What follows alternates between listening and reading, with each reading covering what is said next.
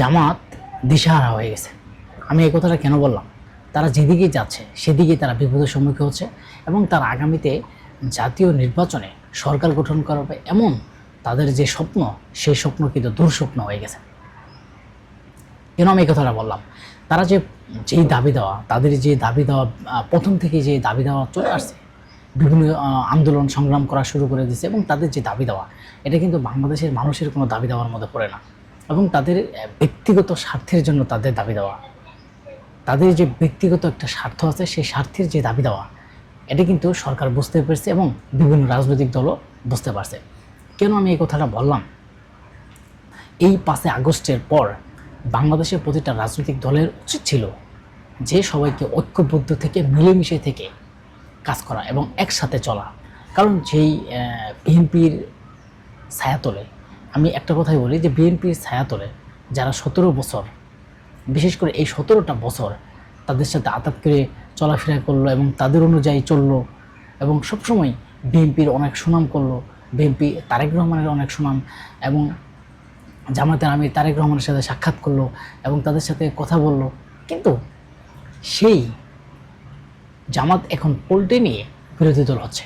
এটা কি আসলে সাজানো নাটক কিনা আমরা তাও বলতে পারি না। কিন্তু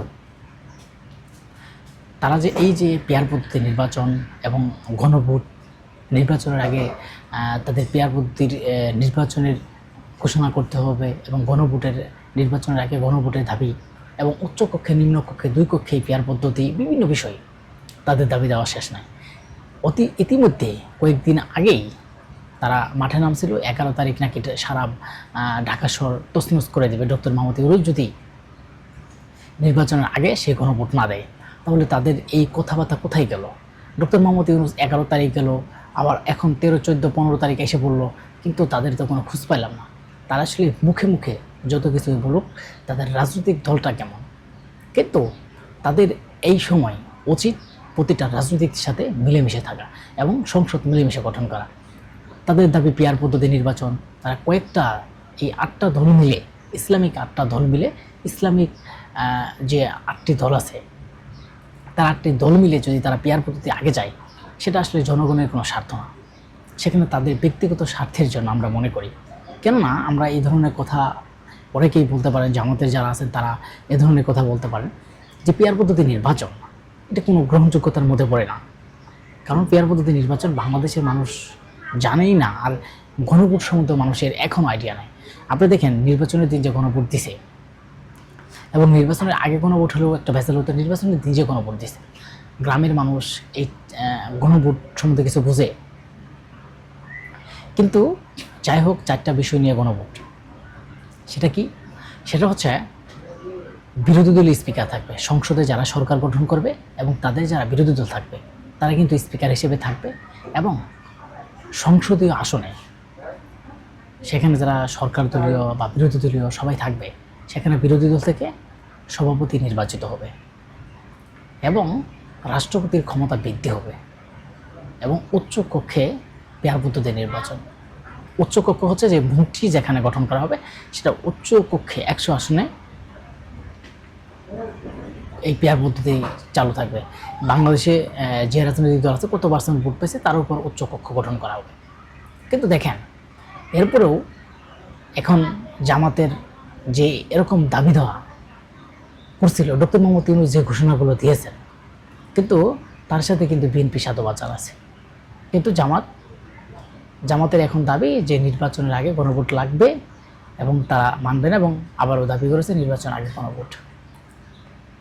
দেখেন, তাদের এই নির্বাচনের আগে যদি গণভোট দেওয়া হয় এবং এই গণভোটের জন্য নির্বাচনের আগে ডক্টর মোহাম্মদ ইউনূস ঘোষণা দিল না কেন এবং নির্বাচনের দিন ঘোষণা দিল, এতে তারা বলছে যে তারা বিএনপির পক্ষে হয়ে গেছে এবং আগামী নির্বাচন সুষ্ঠু সুন্দর হবে না। এখন কথা হচ্ছে, যদি আপনাদের পক্ষে রায় দিত, যদি এই জামাতের পক্ষে রায় দিত, যদি ডক্টর মোহাম্মদ ইউনূস বলতো যে নির্বাচনে আগে গণভোট হবে, তাহলে আপনারা তো খুশি নাচতে নাচতে মনে করেন যে চলে যাইতেন। কিন্তু বিএনপি সেই মানত, আর বিএনপির কাছে আপনাকে কোলাইতেন, বিএনপির যে মাঠ পর্যায়ে যদি নামে তাহলে জামাতকে কোলাইতে পারবে। কিন্তু আমাদের এখানে কোনো প্রতিপক্ষকে আমরা বলি না, কারণ এখন বাংলাদেশের সুষ্ঠু সুন্দর নির্বাচনের জন্য জনগণ নিরপেক্ষ একটা নির্বাচন চাচ্ছে, সুষ্ঠু একটা ভোট নির্বাচন চাচ্ছে, যে নির্বাচনের মাধ্যমে জনগণের একটা ভোটে সরকার নির্বাচিত হবে। কিন্তু আপনারা কী করছেন? তা নামাই না আপনাদের দাবি দাওয়া। এখন ডক্টর মোহাম্মদ ইউনূস বলছে একই দিনে যদি ভোট না মানেন, আপনারা যদি আগে আপনাদের কথাই যদি ডক্টর ইউনূস মানত, বা আপনাদের আগেই দিল, বা এখনই গণভোট দিল, এটা আপনার বিএনপি মানবে না, বিএনপি মাঠে নামবে, তখন কি ট্যাকেল দিতে পারবেন? রাজনৈতিক পরিস্থিতি কী হবে? কিন্তু সেটা তো বলে নাই যে নির্বাচনের পরে গণভোট হবে। নির্বাচনের দিন এটা তো তেমন একটা সমস্যার ক্ষেত্রে হয় না, কারণ নির্বাচন হবার পরেও 1 মাসের মতো ডক্টর ইউনূস ক্ষমতায় থাকবে।